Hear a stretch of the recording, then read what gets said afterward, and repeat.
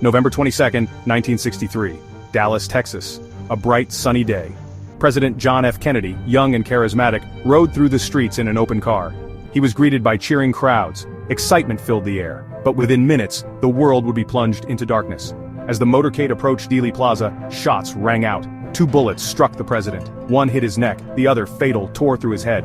Chaos erupted. People screamed and ran for cover. The car, now a tragic vessel, sped towards Parkland Memorial Hospital. The news spread like wildfire. Millions around the globe huddled around radios and television sets. Disbelief and horror washed over them. The young president, full of promise, was gone. America and the world mourned. The nation was in shock.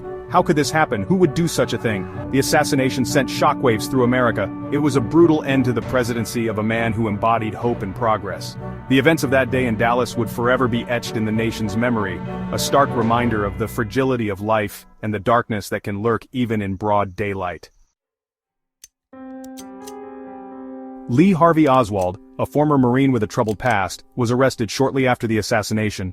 He worked at the Texas School Book Depository, which overlooked Dealey Plaza. The evidence seemed to point to him. A rifle was found on the 6th floor of the building.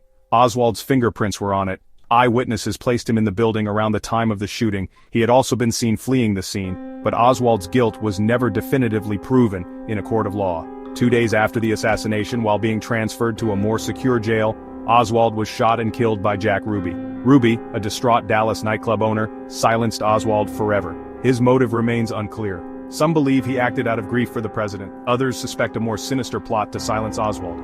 Oswald's death fueled a firestorm of speculation. Conspiracy theories began to circulate. Was Oswald a lone gunman, driven by his own twisted motives? Or was he a pawn in a much larger and more sinister game? The world would never hear his side of the story. The truth, it seemed, died with him.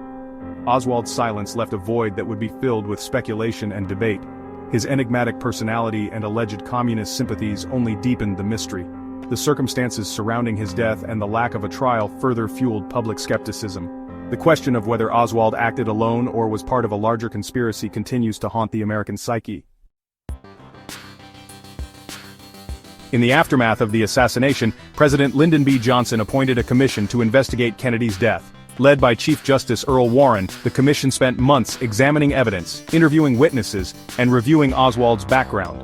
Their findings, released in a comprehensive report in 1964, concluded that Lee Harvey Oswald acted alone in assassinating President Kennedy. They found no evidence of a conspiracy, foreign or domestic. The Warren Commission's report, while exhaustive, did little to quell the growing tide of skepticism. Many people questioned the thoroughness of the investigation. They pointed to inconsistencies in witness testimonies and what they perceived as a lack of transparency in the commission's proceedings.